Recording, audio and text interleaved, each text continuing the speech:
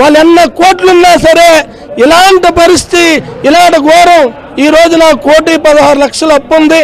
నా భూమి 3 ఎకరాలు అమ్ముదామని బయట పెట్టాను సార్. ఈరోజు ఎప్పుడైతే ఈ విషయం వచ్చిందో నా భూమి గుండాకి ఎవరు లేరు, నన్ను అప్పులాలు పట్టుకొని తింటాండ్రు. ఇంటి నుండి బయటికి వద్దామంటే భయం. ఈరోజు ఎంతమందిలో వచ్చాను, జోబీలో 30 రూపాయలు ఉంది, మీరు తరుణ్ చేసుకోండి. ఒక ప్రెసిడెంట్గా ఇవాళ భోజనం పిల్లడానికి కూడా నాకు గతి లేని పరిస్థితిలో ఉన్నాను. నానాటి స్థితి, నానాటి పరిస్థితి చాలా మందికి ఉంది. వాళ్ళందరూ కూడా ఆందోళనని, వాళ్ళ బాధని, వాళ్ళ ఇబ్బందిని తీర్చాలంటే ధర్మం న్యాయాన్ని ఆలోచించి మరి ప్రభుత్వం, కేంద్ర ప్రభుత్వం కానీ రాష్ట్ర ప్రభుత్వం కానీ మంచి ఉద్దేశంతో ఆలోచించి మరి అందరి ప్రాణాలని కాపాడాలనుకున్న ప్రభుత్వమే, అందరి ప్రాణాలు తీయాలన్న ప్రభుత్వమే. ఈ ప్రభుత్వం మేరకు నమ్మి వాళ్ళు చెప్పిన దానికి మేము నడిచి అధికారాలు ఇస్తున్నాం.